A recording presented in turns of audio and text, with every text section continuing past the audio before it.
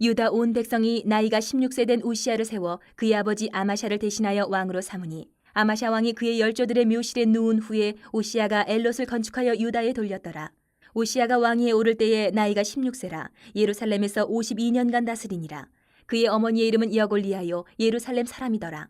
우시야가 그의 아버지 아마샤의 모든 행위대로 여호와 보시기에 정직하게 행하며 하나님의 묵시를 밝히 하는 스가랴가 사는 날에 하나님을 찾았고 그가 여호와를 찾을 동안에는 하나님이 형통하게 하셨더라.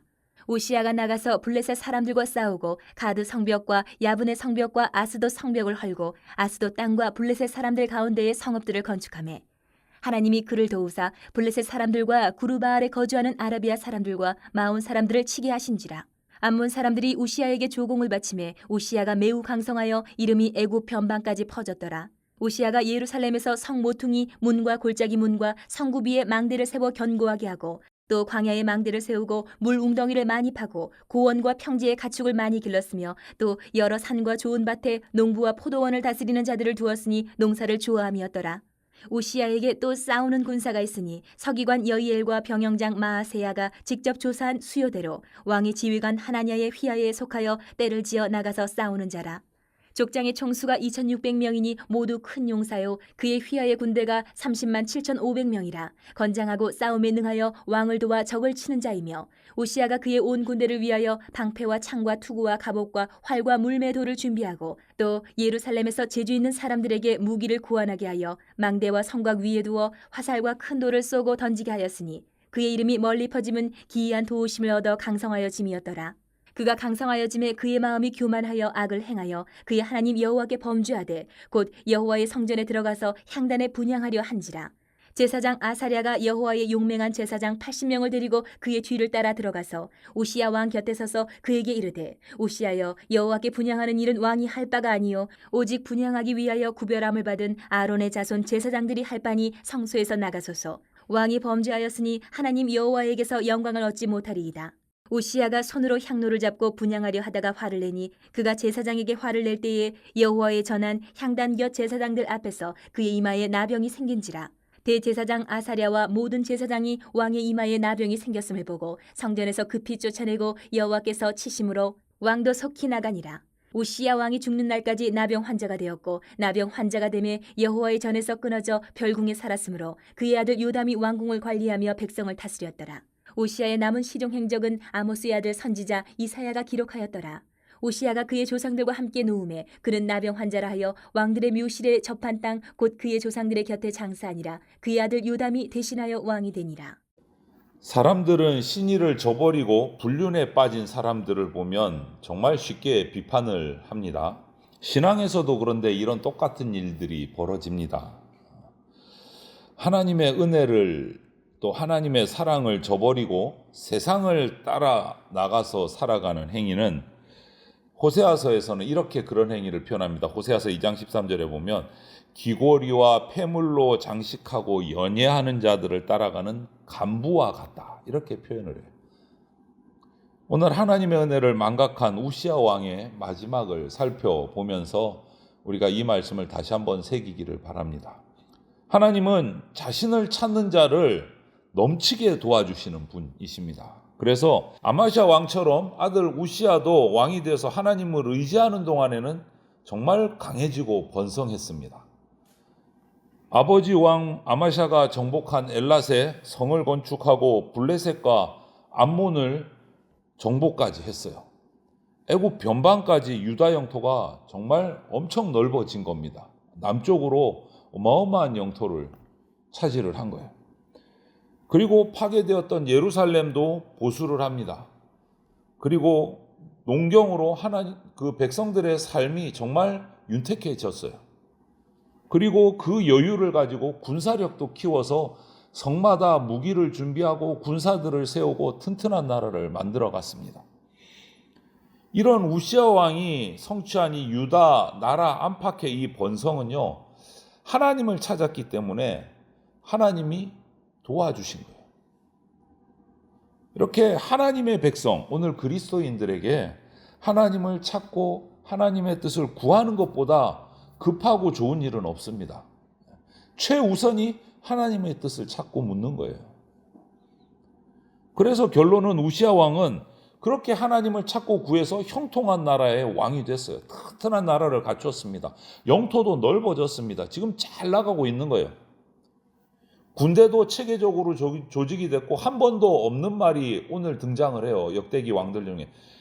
재주 있는 사람을 데리고 와서 무기를 고안해서 새로운 무기들을 만들었다. 큰 화살과 큰 돌들을 쏘는 무기를 창조를 해서 성곽 위에 두어서 적들이 가까이 들어오지도 못하는 거예요. 큰 화살과 큰 돌들을 멀리까지 쏘아는, 오늘날로 말하면 뭘까요? 대포, 미사일 이런 거를 만들었다는 거예요. 그 당시. 대단한 거죠. 그런데 성경은 15절에 보면 이 모든 것의 배후에는 하나님의 기이한 도우심이 있었다라고 말해요. 기이한 도우심. 하나님을 찾을 때 하나님께서 도와주시는 거예요. 그래서 나라가 강성해지는 거예요.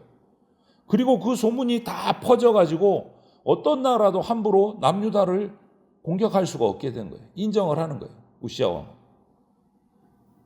이것이 하나님의 눈에 보이지 않는 기이한 도우심으로 일어난 결과들인데, 그런데 이 기이한 도우심으로 계속 우리가 번성해지면 이때도 그렇고 오늘날도 그렇고 우리 사람들은요, 그 형통함의 비결을 눈에 보이는 세상에서 찾으려고 해요. 하나님의 도우심에서 찾는 것이 아니라 내가 뭘 잘해서 이렇지, 눈에 보이는 자신의 거기서 원인을 찾아. 여러분, 우리는 압니다. 그리스도인은, 믿음의 사람들은 알아요. 이 우리의 모든 크고 작은 형통함과 능력의 비밀이 하나님의 은혜다라는 것을 우리는 너무 잘 알고 있어요. 우리 이거 잊으면 안 돼요. 어떤 상황에서도. 우리 모두가 하나님의 이 기이한 도우심으로 하루하루 그 은혜 가운데 살아가고 있는 겁니다. 하나님의 도우심을 우리가 잊지 않고 기억하는 것만이 번영 가운데서도 하나님을 잊지 않는 비결이고, 성공하는 가운데서도 교만하지 않을 수 있는 비결이에요. 이 하루도 하나님의 은혜로 눈을 떴습니다. 이거부터 고백을 해야 돼요. 그래야 교만하지 않을 수 있어요. 그런데 오늘 보면 안타깝게 우시야 왕은 지금까지는 아주 잘 했는데 드디어 변합니다. 하나님의 그 도우심을 무시를 해버리고 강성해지니까 교만함이 나타났어요.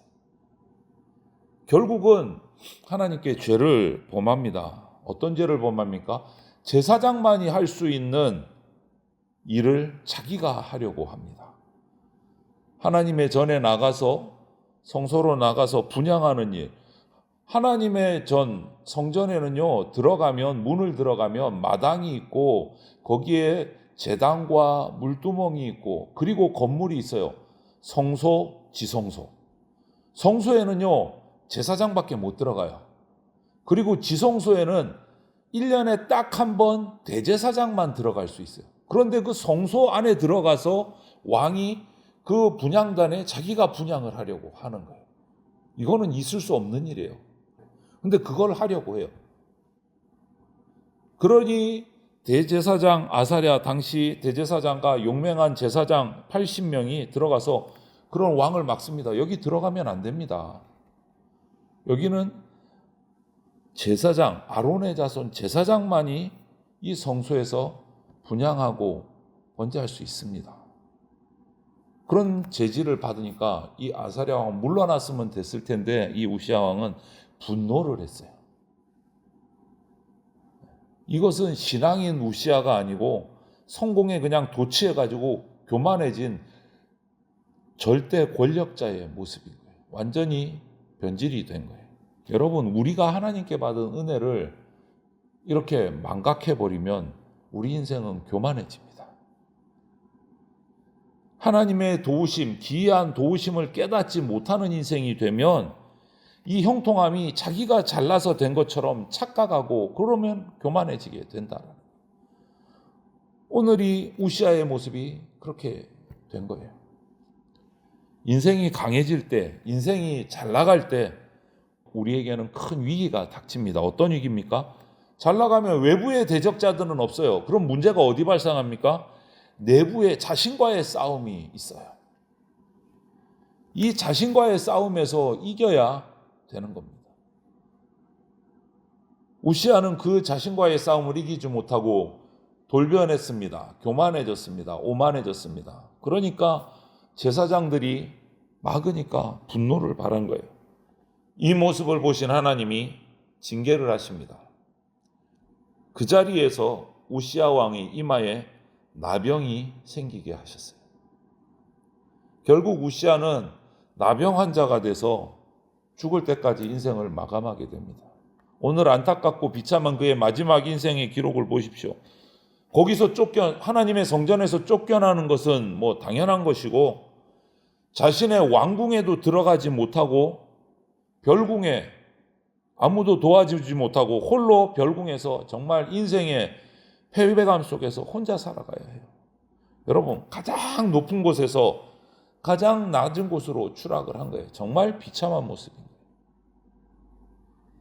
하나님의 은혜를 저버리면 이처럼 추락하는 인생의 결말을 맞게 됩니다. 그리고 죽고 나서도 어떻게 됩니까? 나병이 있었기 때문에 왕들의 묘실에 들어가지를 못하고 그 주변에 따로 장례가 치러졌다라고 기록을 하고 있어요. 안타깝죠. 완전히 비참한 모습이 된 겁니다. 우리는 조금만 성공해도 쉽게 교만한 이 연약한 인생들입니다. 우시아 왕이나 우리나 별반 그렇게 다르지 않아요. 하나님의 은혜를 저버리지 않기 위해서는 그분이 행하신 기이한 도우심을 정말 순간순간 기억해야 됩니다. 하나님의 은혜 아니면 내가 숨쉴 수 없음을, 살 수 없음을 날마다 고백해야 교만해지지 않을 수 있습니다.